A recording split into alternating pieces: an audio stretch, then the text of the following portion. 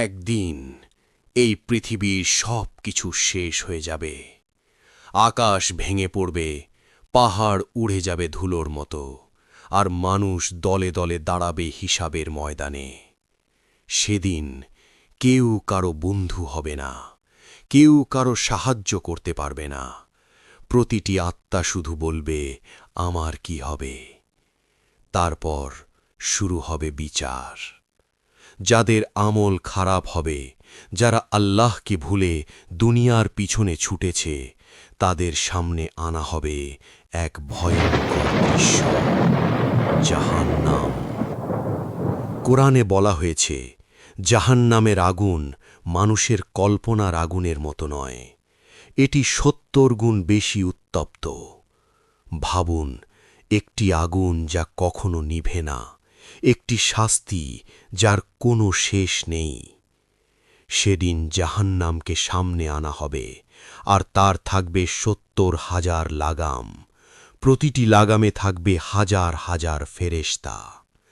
জাহান্নামের গর্জন শুনে নবী রসুলরাও বলবেন, নফসি নফসি, অর্থাৎ আমি আমি।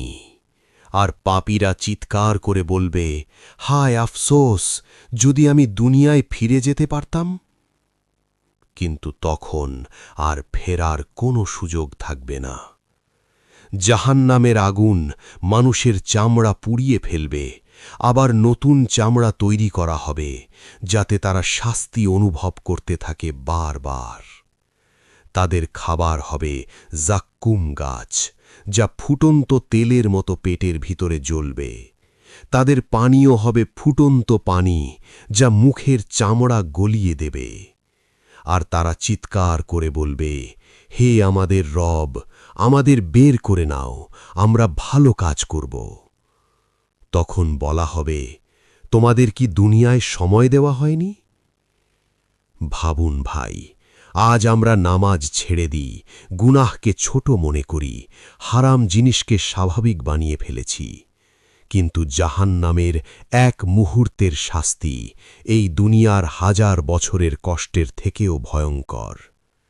সেদিন ধনী গরিব কোনো পার্থক্য থাকবে না, ফেম, ফলোয়ার, টাকা কিছুই কাজে আসবে না। শুধু কাজে আসবে নামাজ, তওবা আর সৎ আমল। আজও সময় আছে, শ্বাস চলছে মানেই সুযোগ আছে। তওবা করুন, নামাজে ফিরে আসুন, কারণ মৃত্যু হঠাৎ আসবে, আর কবরই হবে আমাদের প্রথম ঘর। হে আল্লাহ, আমাদের সবাইকে জাহান্নামের আগুন থেকে হেফাজত করুন এবং জান্নাতুল ফিরদাউস দান করুন।